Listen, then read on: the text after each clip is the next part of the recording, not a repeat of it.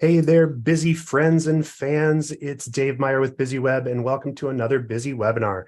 Today, I am super excited to share how to pimp your portal with our COO and resident HubSpot guru, Jen Meyer. Hey, Dave. Hey, how you doing? I'm all right. Perfect. We've got a whole bunch of folks that are still joining. So folks, as you're joining, please go ahead and note that you can ask questions via either the Q&A tool or the webinar chat. We'll be watching both of those spots. And also for the folks that are picking us up on YouTube, I am also watching the chat on the YouTube live stream. So go ahead and ask those questions as they come up. HubSpot is one of those things where it's an amazing tool. It's super easy to use. But oh my goodness, if you're not like in it every single day, or maybe if you're not an absolute HubSpot admin like Jen is, there's a lot of things that can get missed or get weird. So, There's a lot. Yep. so excited to have you here, Jen. And let's get started. First, a little bit about who we are and what we do. If you notice that Jen and I both have the same name, it's because I married way out of my coverage. And Jen is my much better half. And we've been running the biz and married now for 25 years. So welcome, Jennifer, and thank you. Well, thank you. Yes.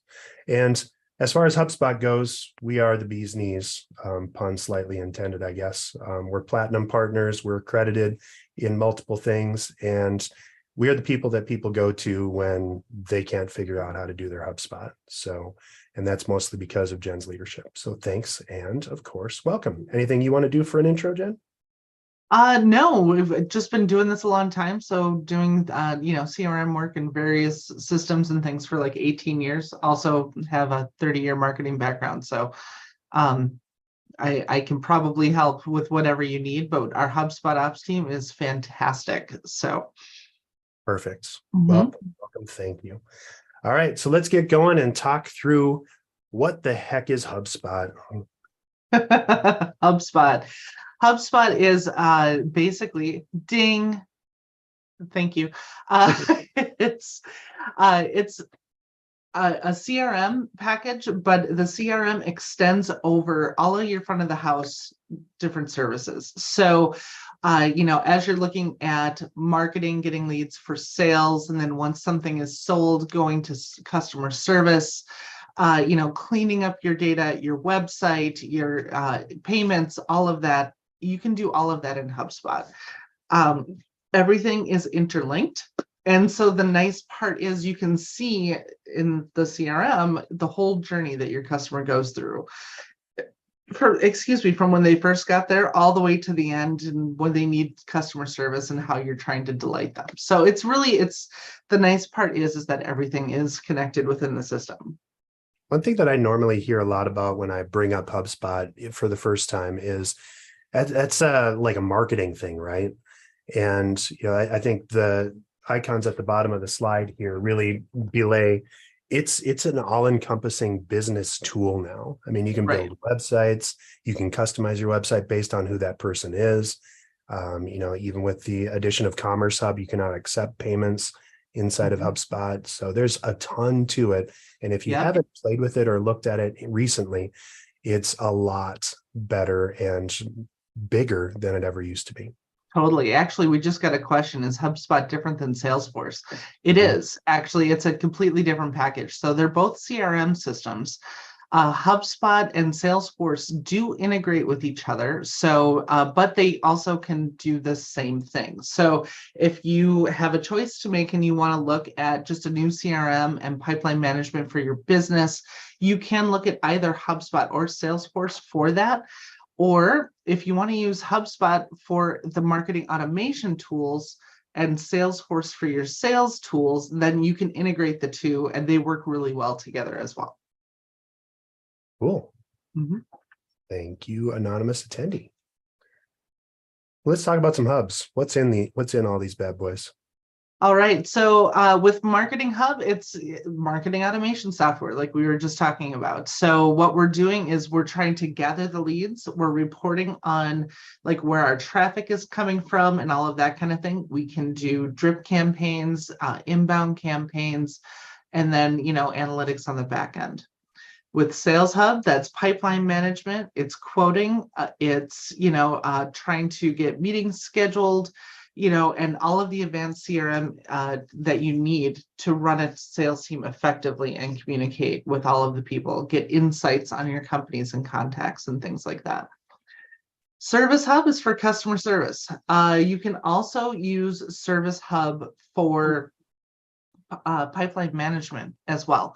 So if we are, or not pipeline management, but project management, I apologize. So where Sales Hub has sales pipelines that will show you forecasting and revenue, Service Hub is more the service pipeline, and you can use it for onboarding pipelines and things like that as well, for just making sure that you're following up and making sure that the customer stays happy. It also includes customer surveys, it includes knowledge base, and all of those things as well. So, you can really get that full, well-rounded customer experience. Excellent. CMS Hub. Yeah, CMS Hub is where we build websites. So I saw that we have Andy on the call. He is our director of UX here at BizzyWeb. Our building websites in CMS Hub gives you the same drag and drop features and functions that you will get, using landing pages and things like that in HubSpot. So it'll give you SEO recommendations. There are various themes you can do. It's a really great website builder. Operations Hub, that is your data cleanup, and we'll talk high level about that a bit today. So it helps to sync all of your integrations if you're trying to sync between systems, but it also has, you can do custom programmed automation as well as data quality automation. So we'll talk a little bit more about that in a little bit. And then HubSpot also just announced Commerce Hub. Commerce Hub kind of takes some of the tools from Sales Hub that used to be there and lets you do things like subscriptions and automatic invoicing. Your quotes can have payment links, things like that, so that you can kind of close that loop after the contract is signed. And that's particularly helpful now for like B2B services, businesses that maybe have larger quotes. It's not really an e-commerce tool, right? It's not like a Shopify. Correct. It's more like a enhanced QuickBooks, or it ties in with everything so that you can just take those payments and correct. Okay. Cool. Yeah. Let's get into the meat of this bad thing. And then how do you keep your HubSpot healthy? This is such a huge thing. And we deal with customers all the time where they get started with their HubSpot. They're excited. Maybe they do onboarding with HubSpot, which, as we know, is a great start. But it's a lot of, okay, watch these 7 videos and then we'll chat with you. And if you have any questions, then we'll talk about it. So a lot gets missed. So what do we need to know to do? Absolutely. So these are kind of the top 10 things that we look at as we're looking at new portals and things like that, but also kind of making sure that we're, just keeping everything clean, because it's really hard to keep these databases clean and up to date with everything that goes on, especially if multiple teams are working in it, right? So next, all right, you want to review your architecture. Every 6 months, you want to do a portal review. So we have a spreadsheet here, and please reply to your thank you email. We can send you what the template looks like. But what we want to do is we want to look at the architecture and all the fields that we have and the choices within those fields, and make sure that we're, that it's still relevant today, because business changes over time. Also, I can't tell you how many times marketing creates a form and puts it on the website, and we run into 3 or 4 different city fields, or a couple different, comments fields, or it was a question or something like that in HubSpot. So, looking at those and making sure that we kind of, consolidate some of that. So if you go to the next slide, I have some examples. On the left, where you see kind of the spreadsheet looking thing with the green and the red on it, that is a sample of what we have in our spreadsheet for our portal for some of our fields. So for example, contact type, LinkedIn profile, lead status, those are all fields in our database. And then underneath, if they're drop downs or multi-selects, are all of the choices that we have. So some of the red ones we're going to get rid of, some of the green ones we're going to keep or add to the database, and just kind of go through it and make sure that everything's still relevant. On the right is more of the pipelines. Let's look at the pipeline and make sure that we're, the stages are still relevant to sales. Maybe their process has changed. Also, are there any triggers that we need at various stages to do things within the database to trigger some automations? Any required properties that we need to come up? And we'll go over that a little bit more in depth when we get over to the pipeline section. Great. Yeah. How about number 2? The bane of every admin's existence, cleaning up fields. Things you want to look for. Duplicates. Everybody has duplicate fields in here. Descriptions and rules. We want to make sure that we put in descriptions for fields. Sometimes we create a field, we don't remember what it is. What's the difference between lead status and lead source, for example, or customer type or relationship to our business, depending on the fields that you have in there. You want to make sure that we're using drop-downs and multi-check boxes. Anytime that you take a text field away and put in a drop-down, it's going to make reporting so much easier and all of that kind of thing. I can't stress enough. Let's try to make it idiot-proof if we can. We want to decrease the one-time use fields. Like, for example, anything on a form that says, how can we help you today, or comments, or the questions you get. You can use one field for that and just relabel it on the form. A lot of people don't know that. So with HubSpot, that's one of the things that you can do with that. And then you don't have to have multiple fields and look in multiple places for things.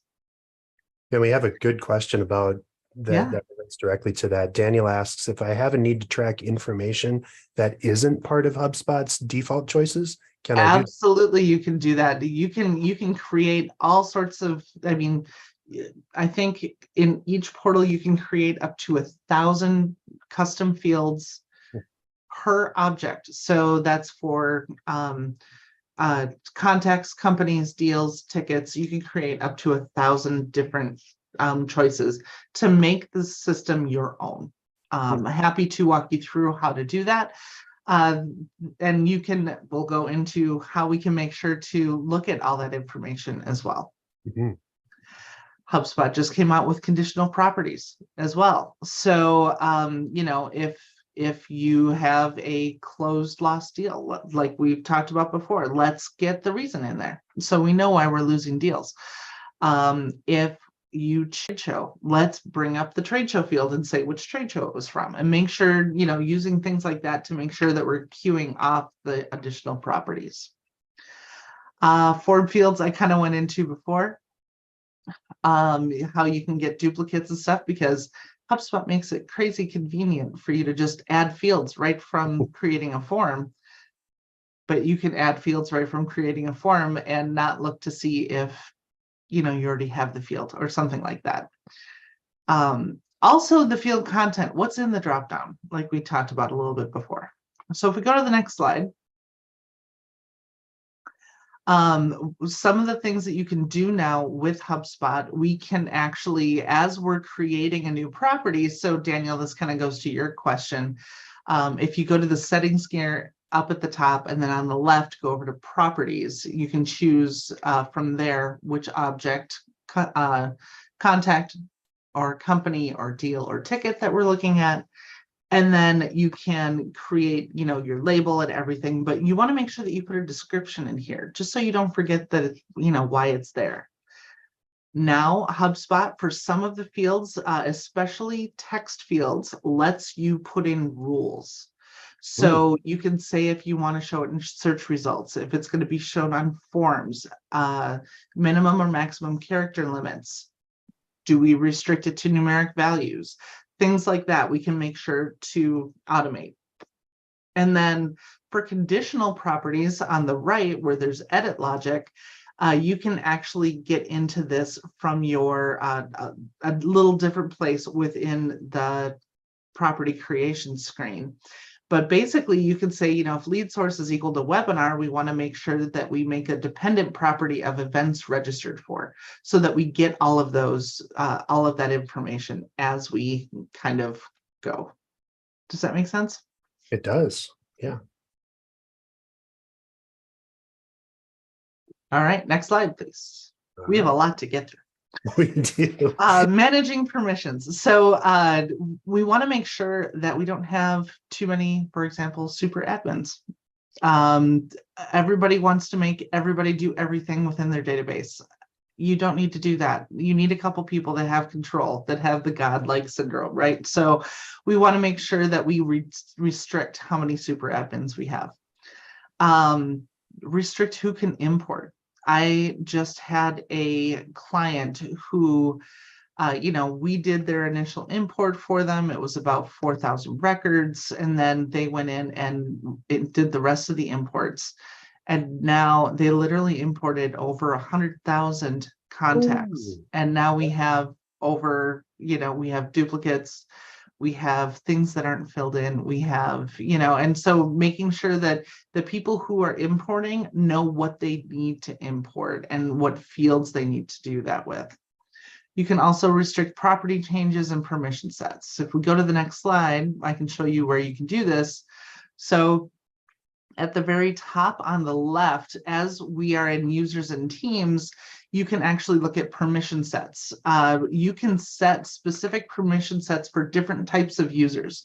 So if you have typical access for sales or sales management or marketing or whatever, you can have those roles and those permission sets so that when you enter a new user, you can just say, I want the sales manager one, or I want the marketing person one.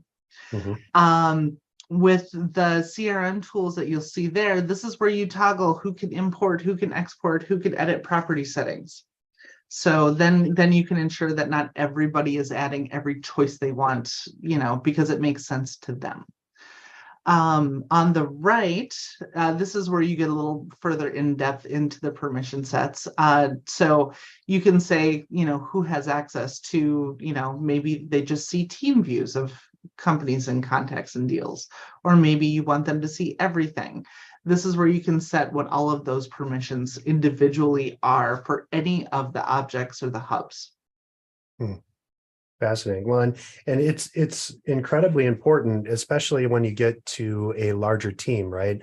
That maybe some sales reps don't want to share their contacts or their deals with other reps, or right. It's important for management to have like overseeing opportunities and the ability to or you have different business units too. Maybe you have a sales team for one type of business unit, like a rep channel versus direct sales or things like that. Maybe they need access to different things. Got it. So we did have someone ask what size business HubSpot makes sense for, smaller enterprise.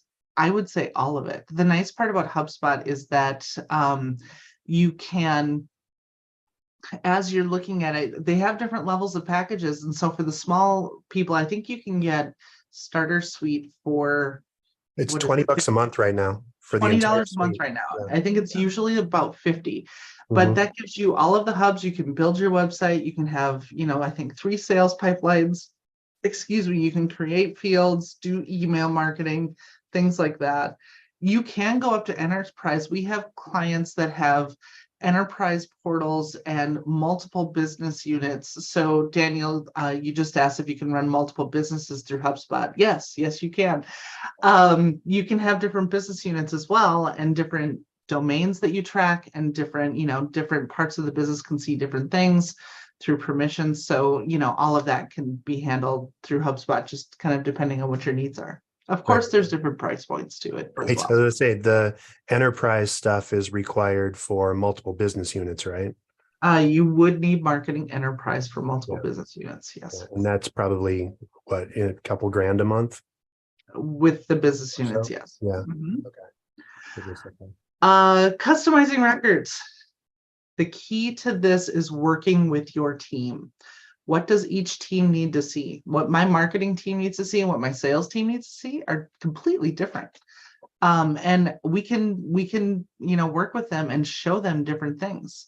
So if you go to the next screen, in the back, end of the system, if you go to the settings gear up at the top, and then on the left, you'll go down to objects, and you can see, like, for example, contacts on the upper left in this screen.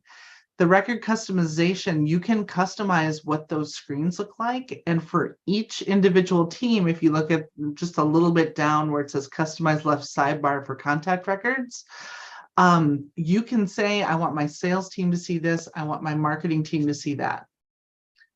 What you'll get to next is on the right where it says contact record left sidebar. I can say here what fields we're going to see. And I can, with teams, I can show them different things. There can be a default view for everybody, but then maybe sales has extra blocks at the bottom. So like where it says webinar information or lead information, I can make that for sales, right? Where speaking info, maybe that's more for marketing, and I can only show that to the marketing people. It's one of the really flexible, customizable things that we can do that. Mm-hmm. Ops Hub, Operations Hub from HubSpot.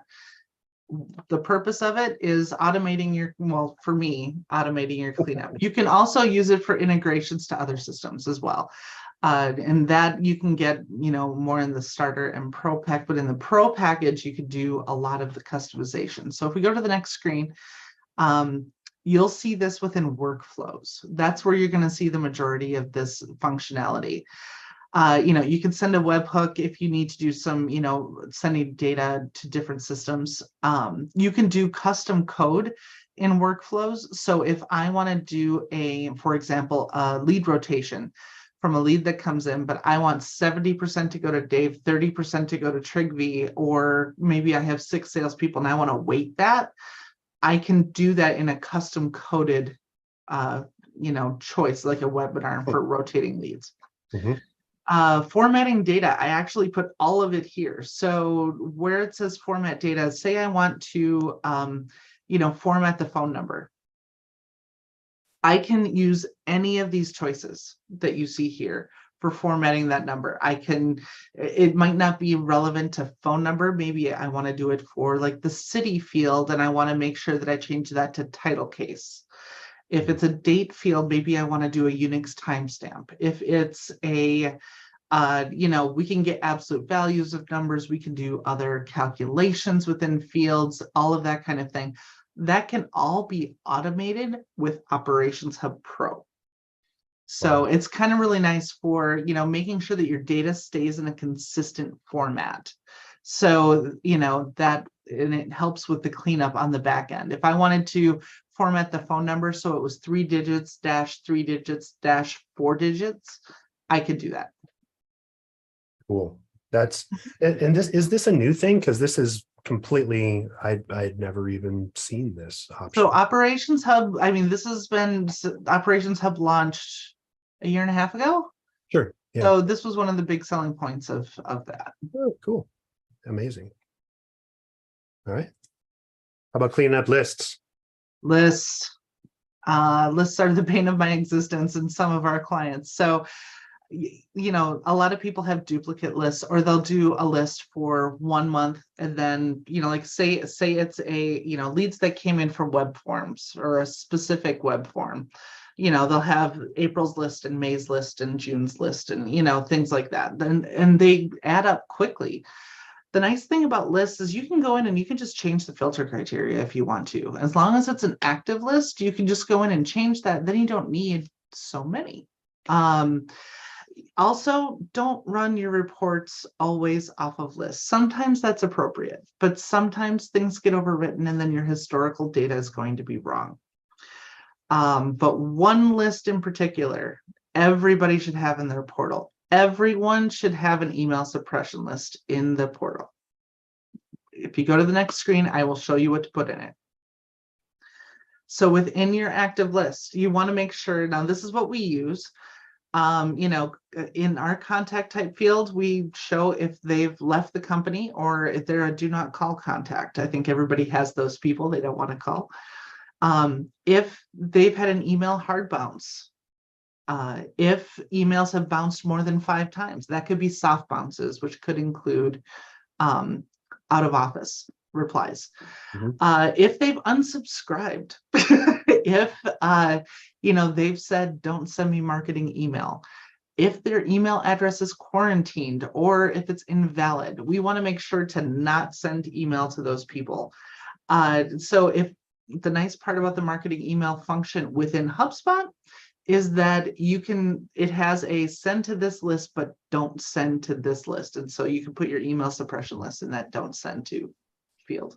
This is a dumb Dave question, but what does email quarantined mean? That means that it could be a spoofed email. Oh, okay. So if it was identified somehow inside of HubSpot or somewhere else that maybe it's suspicious, it might be a spam bot or something. Correct. Okay, cool. Reviewing your workflows. Lots of things here. So we want to make sure that we test everything. I've had things within my own team for our own business where workflows have been turned on and all of my email addresses got wiped out. Ooh, it was no fun. We had to go back and manually re-enter all of those. My team, I think, still has PTSD from all of that. But we all learned our lesson that we test things before we actually do them. Also, there's unused and needs review workflows. So if we go to the next screen, ding. Testing your workflows. When you're within a workflow, up in the upper right-hand corner, right by that big orange review and publish button is a test button. You can say which contact you want to preview for. So if there's any personalization tokens or anything, it'll pull in from somebody that you choose. And then you can say, send me any of the emails that are going to go to this person, like if you're doing an inbound drip campaign or something like that. One thing with the testing, you'll want to change the time frames. If you have delays in your workflow, you'll want to change them to minutes instead of days. Otherwise, it's going to take days for you to test your workflow. For the needs review section, you can see we have a 39 on the needs review tab, right? This is from within the workflows screen. Basically, what that's going to look at is any workflow that has errors that need review. Now, an error isn't necessarily an error. It might be like in this example, the life cycle stage is never going to be marked backwards within HubSpot. So, for example, if you have a customer and they download something from your website, and in your workflow for that inbound campaign, you are saying, mark them as a marketing qualified lead. Well, they're already marked as a customer. So it's not going to set that property value because it's not going to mark them backwards. So not really an error, but it's going to show you where all of this happens. And you can say, I don't care, ignore it, or maybe I need to make a change in my system, in my workflow. Mm-hmm. The unused, this was from our portal. We have 274 workflows that are unused. So this is what HubSpot tells you in the little caret that's on the left side of the screen. So if something hasn't had any activity for 90 days, it's going to put it in an unused bin, which is fine. You can unpublish them or delete them if you would like, just to clean things up a little bit. Right. And that's probably largely for us because we have our entire team playing around and doing certifications through HubSpot. And so everybody has to create a workflow as part of that. Well, and we've also been using HubSpot for like 8 years now. And so a lot of this is just old stuff that just, we just haven't deleted it. We have to make that choice. So. Got it. Yep. Daniel had a quick question that I don't know if we want to talk through now about lists. Actually, I'm going to save that one till the end. Okay. If we could. Got it. Perfect. Thank you. Mm-hmm. Cleaning up pipelines. So a couple things that we teach our clients. We go into a lot of portals that have, for either sales or service, they'll have 10 different pipelines. They might, have pipelines for each individual product or that they're selling, maybe teams that they're selling, maybe, things like that. We want to make sure that we can do all that within one pipeline. So we want to be cautious about why we're creating new pipelines. If you go next, so several different things that I want to show here. So at the top where it says BizzyWeb Kahuna pipeline, this is from our template that we use to create new fields and stuff, but we also have a sheet in there about stuff we want to do within our pipeline. What are we going to automate? What are triggers going to be? What are required properties going to be later down the road? You can do advanced filters within your deal board. So on the bottom left, you can look up by multiple different things. You can save those views as well. So if I want to look at everything that, all of Trigvy's deals for HubSpot products that we're selling that are closing this year, I can just save that, and that would show me whenever I want to look at it, all of those things, as opposed to having maybe, for us, different pipelines for HubSpot work versus marketing work versus website work. Does that make sense? Mm-hmm. This last one is some of the automations that you can do. So this is actually within your deal board when you're looking at the pipelines tab on the back end. You can say at different stages, maybe there's, properties that you want marked at the company or contact level when it gets to a certain stage. So for example, when we have a deal created, we're going to change the lifecycle stage to opportunity. When it's closed won, we're going to change it to customer. Then that all happens automatically, and you don't have to think about it. Your sales team doesn't have to make all the changes, and you know that your data is going to be a little more correct. Date stamping a close date, another no-brainer. Asking for, making sure that we get deal lost reason, also very important, so that we know why we're losing deals. And that's so much easier in the moment, because it's just literally a pop-up when something happens. So if I said a deal to close lost, it'll pop right up in front of me and it'll say, what happened? Not exactly, but it says, deal closed lost reason. And you can say, well, the client just didn't get us, man. Absolutely. And this is part of how we can get the team members, one of the attendees asked, how do we get team members to enter data in the same way? Especially with the sales tool on the sales board, we can get those pop-ups in between the various stages and ask them different questions and make sure that we get the data before they move on to the next screen. Also, requiring fields and using as many drop downs and multi-check boxes and things like that, that's going to make sure your data stays consistent. All right.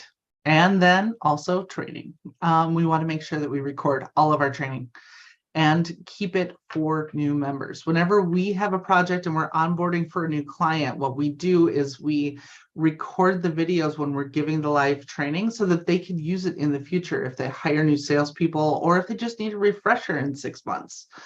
Also, new features and functions. If you're changing the way you want your process to work, make sure that you record a little video, send it to your team, have it available for them if they have questions. Next. And then also, last but not least, reporting. We want to make sure that we report on our KPIs. Dashboards need to be relevant and timely. I can't tell you how many people we go in and they can't create any more dashboards because they have some that they've had for the last 5 years, half of which they don't look at. So let's take those down and make new ones that make more sense for our business today versus yesterday. It's a great way to hold people accountable. So making sure that your sales team is following up on leads in a timely manner. You can get even alerts for that. For data cleaning, you can use reports for data cleaning too. Anything that you can report on, any new contacts that are coming in and look at all the fields that you have to make sure are consistent. And make sure that that's done. You can see who entered it as well. You can get created by on those as well. So you know which throat to choke, right? If you look at the next screen, I think I have some examples. Oh, no, we're going to talk about automations. All right. Any other questions? Those are my top 10. Yeah. So on the top 10, I think We had a couple of follow-up questions inside, and this would be a great time to go back to those. Sure. Jenna asked how to see lead attribution data. So where'd that go? Yep. So we can do reports. That goes back to the reports. We can, they do have at the, you can get campaign attribution reporting with Marketing Pro. And those are great. You can see influence, revenue, all the way through to ROI. And also how many leads you've gotten, which emails are performing best within that campaign. I think we did a webinar on campaigns before. It's one of my favorite tools within HubSpot as a marketer. There's also lead attribution reporting that you can do at the enterprise level. You can do some of it at the professional level, but enterprise is where you can get the whole customer journey. The reports are very, very confusing to build. And so working with a partner or making sure that you maybe look at things in smaller chunks as opposed to start to finish chunks might be easier. Got it. Okay. Well, and I know we did cover the how to get team members to enter data in the same way a little bit, especially between the forcing the fields inside of that. I think playbooks is probably another great way to do that in sales. So if you're running through a playbook, there's literally forms or form fields that you would fill in the playbook, and you'll be answering the exact same things. And then also those deal stages, making sure that they're answering and putting that content in. It can be check boxes if you want it to always be identical. It can be adding tasks to people's lists to enter in certain bits of data as well, and then monitoring them through reporting. Are they completing their tasks or not? Right. And then I'm going to take a second just to hop on a soapbox about the lists. And Daniel, great question. And I think you can buy lists and you can import them into HubSpot, but it is dangerous to do that. It's easy to do it wrong. And the lists are always problematic, right? So there's going to be what they call honeypot names that are designed or, that have been marked as, what did we talk about before? They're the ones that are always the quarantined email addresses. Yep. So it'll say, you have suspicious emails in this import. And it's much easier and more productive probably to create your own lists out of that. There's also a bunch of canned spam things that you need to worry about and other things inside of that. So and HubSpot, you have a greater chance of your open rates going down and your bounce and unsubscribe rates going up. HubSpot will blacklist you if you have more than a 5% bounce rate. So, and then you won't be able to send out any emails until you get reapproved, and that process takes time. So they're very, very careful for your protection that, that you're doing it. If you're working with a company like Zoom Info or something like that, there are integrations that can automatically bring that information in. Same with Sales Navigator from LinkedIn. You can get more data about your customers in that way and get more context into your database.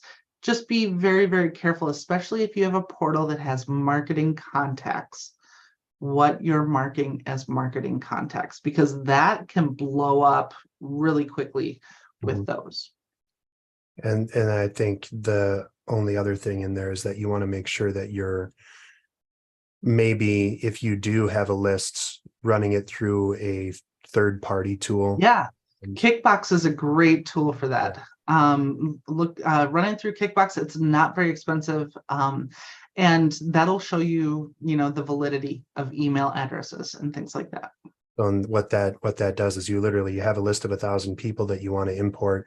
You load those into Kickbox, and it'll say these 17 email addresses are either bad or bounced or they're suspicious. Yeah. So great way to do that. Thank you. Well, let's keep jumping through and keep the questions going. This is fantastic, guys. Thank you for the attendees. Tell us about automations, Jen. Automations. I put some automations in here that we try to do as often as possible just to make sure that, we keep everything clean. Setting marketing contacts. So in all HubSpot portals, if you have a marketing portal, starter or above, you have to purchase marketing contacts. So what HubSpot says is that you can have 1 million people in your CRM, and you can choose to only market to 1,000 of those people, or you can purchase additional contacts to market to. So, but purchasing contacts is not always cheap, depending on which portal you have, especially. So setting the people carefully is key. So knowing what, like, for example, this workflow is, when somebody has submitted a form, and you can actually pick which specific form you want them to be. If it's maybe 3 of the 8 forms on your website, you could choose those 3 forms, and you just have to do one action to set them as a marketing contact. It's that easy. It's that simple. Excellent. Next, set non-marketing contacts. So we want to make sure that people on your email suppression list, you can't market to those people anyway, right? So because a lot of those people have unsubscribed, or it's invalid, or they're not there anymore. So let's automatically set them as non-marketing contacts, so you don't have to pay for them. So this is how you can do that. Save money automatically. Back-end automations. This is an eye chart. I apologize for that. So there's some things that you can do in the setup of your database to make some of these, some of this data just automatically fill in a clean way. So let's start at the left. On the back end, at either when we go to objects, so you'll go to the settings gear and then go to objects, and this will work for either companies or contacts. Down at the bottom, there's an automation where what I have highlighted in pink. So you can create and associate companies automatically with contacts. So if a company has a certain email domain listed, so you'll have to enter their website in, and a contact has that in their email domain, it would automatically marry those two so they're connected. Where that can cause problems, if you work with a lot of branch offices, it will automatically associate to the headquarters, not to the branch office. You might have to just reassociate those specific contacts. Fill in company properties with HubSpot Insights database. That will fill in things like time zone, annual revenue, description, LinkedIn company page, number of employees, the basic demographics you need about various companies. Formatting preferences. This is new to HubSpot. You can save full state name or state abbreviation in the state field. Same with country, the abbreviation or the full country name. You can also, as you're looking at those fields, if there's nothing in them, you can set them to be drop downs, or no, just drop downs. You can set those to be. So that's great too. On the deal side, on the back end, objects, deals, and the setup, you can show deal insights. This is new to HubSpot. So it's going to show your pipeline health and your deal velocity automatically. It'll come up with a little header at the top of your deal board. So that'll kind of give you some intelligence into your pipeline. And then also you can set what your default close date is. You can say how many days from deal creation or at the end of a certain period. End of a certain period, if you say end of the month, then if you enter in a deal on the 29th of the month, it will say the next day, just to be wary about that. And then collaboration. Now you can split deals amongst multiple users in your system. So you can say, if you want to split commissions, or if you want to do things like that, you can show that now. You can also add collaborators to deals. So if you want to add other users, if I want to say, I'm working with Dave on this deal, I can add him as a collaborator and I can split the commission with him. Cool. Let's see here. On the right, so where it says configure automate deal tags, where Dave's cursor is right now, this is where you would set in between. This is on the back end of the deals, where we were just looking with the pink boxes where it says setup associations pipelines. This is on that pipelines tab. So this is a couple of the stages that we have in our sales pipeline. So this is where you would customize that, where it says conditional sales properties on the right. That's where you set those pop-up fields in between stages of your sales pipeline. So asking additional questions. Yeah. Cool. And with Pro and Enterprise, you can make them required. And then last but not least, on the back end, if you go to marketing and forms at the bottom of your settings screen, you can automatically set non-HubSpot forms. So if you have a WordPress site and you're using Gravity Forms, for example, if you're getting contacts into your database from those forms automatically through the WordPress integration, you can set them automatically as marketing contacts or choose not to as well. Sweet. Mm-hmm. How about data quality hacks? Data quality. So this is some of the fun things as well. So with data quality, this is in properties. So like when you're going to create properties, at the upper right, you'll see this little data quality that I have highlighted. What this is going to give you, it shows you can do AI data monitoring. So that's going to show you, this is new for HubSpot, it's in beta. With AI, it's going to show when there's unexpected behavior and it'll send you alerts. Gets a little big brothery, but that's okay. But it's also going to show you for your properties, how many do you have with no data, how many are unused, how many duplicate properties do you have? For your records, are there formatting issues or duplicate issues within your records? Is your data sync, is that going without failures or is it not? And then also workflows, how many are unused, how many need reviews? So it really kind of helps just, monitor this every once in a while so that you can, keep your data clean. And that time where you mentioned that a client accidentally uploaded 100,000 records, would that have popped in data monitoring in the AI thing to say, oh, hey, you just uploaded a crap ton of stuff? No, it might hit the records one. Okay. But that would be it. Got it. Mm-hmm. Cool. So we have 10 minutes left. 10 minutes left. I have 10 minutes to get through 30 slides. Yes. So there are a ton of new things that HubSpot announced during Inbound, and Jen's going to adopt her best auctioneer voice, and we're going to but by all means, we can hang out. If you have specific questions as we go through any of these, feel free for our attendees to pop. And why don't we do the Q&A tool for these ones so that we can keep it front and center and do rapid fire. Absolutely. But Jen, take it away on the new stuff. All right, we're going to go fast. I'm going to go hub by hub. So with Marketing Hub, lots of new things. So one-to-many SMS and AI. Next slide, please. All right, one-to-many SMS. This is a new subscription service from within HubSpot. So it will be an additional fee, but it's meant for marketing SMS. It is not meant for like meeting reminders and things like that that are one-to-one. If you want that type of tool, I would highly recommend using a tool like Message IQ or something like that. If you want information about that, we can help you with that. Mm-hmm. But what you can do is you can, text all your marketing contacts. You can do personalization tokens, links, emojis, all that kind of thing.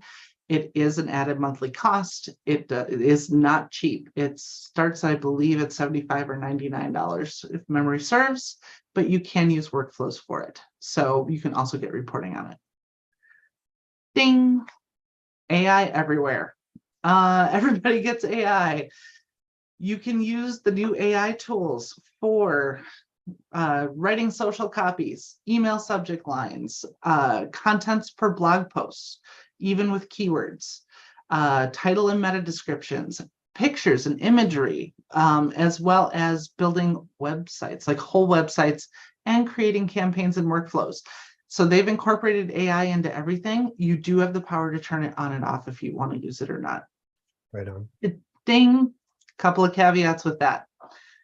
Dharmesh, who everybody should know, he's one of the founders of HubSpot. He said at Inbound, AI is not going to replace marketers, but marketers who use AI will. So just know that, use it as a potential tool. It's not the be all end all. People still need to be involved. So Daniel asked a great question. It's exhausting to have to stay ahead of this. Yes, the ideal is that you work with a partner. Of course, I want you to work with us, but if you work with a partner, we will send you out emails on the new things that are coming. We can talk to you about, what's relevant for your business and what's not. Also, if you go to HubSpot.com/new, every 6 months, they're going to show you everything that's new in HubSpot. Right. And that's a big part of why we do these webinars and blog posts that we do. So if you're not subscribed to our blog or to our webinars, that's a great reason to tip in, because you'll at least know high level bullets, even if you can't attend the event, that here's what the big new stuff is. Great question. Thank you, Daniel. Yeah. All right. Also, another note on AI, you are the expert. So you are responsible for content accuracy, copyright, and plagiarism. AI is not going to catch it. It will feed you false information. So just be careful and check all your sources. All right, Sales Hub. A lot comes with Sales Hub now. They just redid the whole thing. So let's go through the updates. One-stop shop for prospecting. Tasks, meetings, there's this prospecting tool. If you click on the sales in the upper nav, go down to prospecting, this is what you're going to see. So they tried to make a one-stop shop for all the salespeople. What's due today? What's overdue? What's your schedule look like? What sequences do you have people in? Let's look at where everything is and for all of your leads that you're working on. This is a life changer for a salesperson, just speaking personally. I love it. Next, lead management. So as we all know, or may know, HubSpot deals with leads differently than other systems do. Like in Salesforce, they have a different object for leads, and then you have to make them a contact when you find out they're real. In HubSpot, everybody's a contact. So managing leads, there's a new tool now that's going to automatically help you manage some of this and change status as things happen. So as you for pre-deal things. So this is before we have a deal on the board, they took the lead status field and they kind of supercharged it. So what we want to do is, once you make a call to somebody, it's automatically going to change that lead status to, connected or left voicemail or something like that. So you can keep, keep up with all of that as long as you're logging your calls or your meetings or things like that as a salesperson. That's something sales management should absolutely be checking on. Absolutely. Next, deal tags.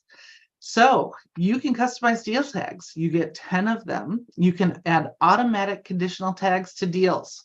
It could be based on size, age, activity, industry, whatever you segment your deals out by. You can add little labels to everything if you want. So that makes it really, really handy so that you can, just see at a glance what's urgent, what's overdue, and things like that. Sequences. You can do ABCDE testing now. I know marketers, granted this is a sales and service tool, but marketers will be excited for that. If we don't know why an email isn't working or why people are dropping out, we can try 2 different things for it now, which will be great. Forecasting. They added AI to forecasting. So they drank the AI Kool-Aid and they drank all of it and turned it orange. So it's going to automatically give you deal velocity, forecast accuracy, things like that, as long as the tools are used. And the nice part about it, they say it's going to have over time a 95% accuracy, which is unheard of for a sales forecasting tool. That's super helpful. Ding. All right, Service Hub. So help desk. They have redone, this is within conversations and inbox. They have renamed it Help Desk, and they've made it more applicable to everybody. So you can create tickets right from within here. You can also see ticket status and kind of have a little pipeline from within here and see where things are at a little easier. You can click into all these, you can chat, you can email, you can, do whatever you need to with your customer, all from one easy help desk. AI chatbot. So as long as you have a CMS website and a knowledge base, which you can do within Service Hub, you can do AI chatbot. It's going to scrape both of those and try to answer the questions automatically for people on your website who are having some issues. You can also say that you can, restrict it to certain pages and things also, if you want to. And then CRM, lots of stuff here for any admin to know. Let's just bang through it. We have 3 minutes. We cried. So my team put this together. God bless them. They put this together, but now you can see who has seats, what permission sets they have, what access they have. Is their email connected? Is their calendar connected? Is there, you can see all of that at a glance. We've been screaming for this forever. It's very exciting. Next, UI extensions. So this is in the activity stream. There is a within the record pages, so the contact or the company pages, you can actually put UI extensions into them now. So if you want to be able to order lunch, if that's relevant to your business, if you want to put reports in there, if you want to put anything in there, you can do that now. You can customize it the way you want it. Ding. More data components and actions. So if you want a pizza tracker or something like a DoorDash tracker or something like that, you can get that into this, the reporting mechanism now. Basically, these are out-of-the-box cards that you can put on any record. So it makes it really exciting for people, especially as you want to look at smart CRM, which I believe is coming up next. Maybe conditional properties. We already also just talked about this. If you want to do conditional properties, you can make sure that they come up dependent. You can do multiple dependent fields based on one field as well. Same object association. How many times have you wanted to relate contacts together, relate companies together, and things like that? You can do that now. You also can have different labels for them. So for example, if you have a rep network that's helping you sell, you can, on your deals, you can have multiple deals matched together. You can say this company is managed by this rep company. All of those kind of things you can start marking now. You can also say this is the rep company, in an association label, or maybe with a contact, it's a billing contact for one company, but a decision maker for another. So you get all that flexibility now, which is a new feature. And the record page editor. This is where you can add in those UI insights and things like that. You can also have different views for different teams. So if your marketing team needs to see one set of data, you can have that different from your sales team seeing a different set of data. And Commerce Hub is new. You're officially at time, but I know we have a couple of slides left. So thanks for everybody for hanging on with us. Keep going. I apologize. I'm trying to go as fast as possible. Products and quotes. You can customize quotes more now, and they don't have to be super boring. You can also make sure that you have all your terms and conditions and everything, check boxes for them, all of that within here. Next, invoices. You can add invoices to this. You can send them out to the clients. You can also send out electronic payment through payments as well. Speaking of, and it can be ACH or credit card. So you do have to apply for HubSpot payments, but it works so well, and it's like a seamless experience for your clients. Awesome. Well, we've covered a ton. Jennifer, thank you so much for helping us. Yes. We've had Q&A throughout here. I do want to give a quick pimp out to what we've got coming up next month on November. Geez, I don't remember what we said. It's November 2nd, I believe, the first Wednesday. Okay, so first Wednesday, Jenna, our content guru, is going to talk through some of the crazy things that you can do with AI, and also just pro tips on how to not fall prey to all of the different weird things that you can do with SEO, with AI, and all of those things as well. Just how to create fantastic and well-converting content. So be sure to dial in for that. All right. Well, Jennifer, thank you so much for the time. There's a couple more links back up for this. If you have additional things that you want to join us, you are getting a thank you note if you attended today via the webinar. For those that are watching live or on YouTube, you can get back to us at BizzyWeb.com/events for all of these bits of content. Thanks so much, Jen. And it's been delightful hanging out with you these few hours or these few minutes. And it's been wonderful. So everybody, see you next time. Keep in touch if you need us. And thanks again. Have a great day, everybody. Bye all.